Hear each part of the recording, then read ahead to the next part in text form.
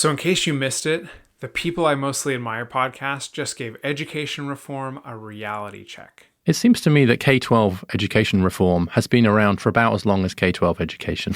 Is that true?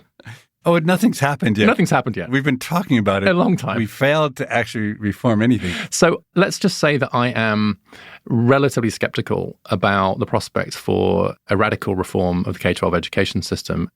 Can you imagine a reinvention of the education system that's more individualized, that's more gamified, that's less abstract, that's less rote learning? Oh, yes. Is it going to happen? No. I've got to say, Reeves and Levitt are right. People have been trying to transform K-12 education for decades, and it hasn't worked. The real problem is big school reforms fail because real change means tough trade-offs. For example, if students do more of their learning off campus through projects and internships, they might not have time for traditional electives and AP classes.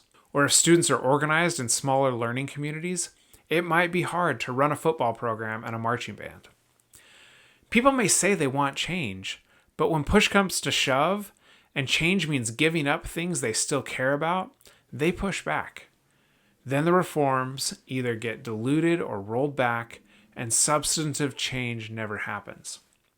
Transforming a school, to give you an analogy, is like trying to turn city buses into airlines while still keeping everyone happy with the bus schedules. It just doesn't work.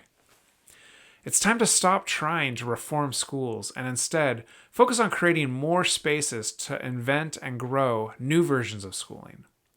What might this look like? It could be a school district using state waivers to launch microschools for homeschoolers. Or it might be charter school founders using the flexibility of a state's independent study laws to start a school that re-engages dropouts in work-study programs. Or it might be new private schools funded by state ESA dollars that leverage AI to help every student master core content at an accelerated pace so that students have more time for deep dives into enriching non-academic learning experiences. So Levitt and Reeves are right. It's time to stop thinking reform is the way we're going to transform education. But that doesn't mean we have to accept that schooling will never change. Instead of trying to change existing schools, we need to focus on creating more spaces where new kinds of schooling can grow and take off.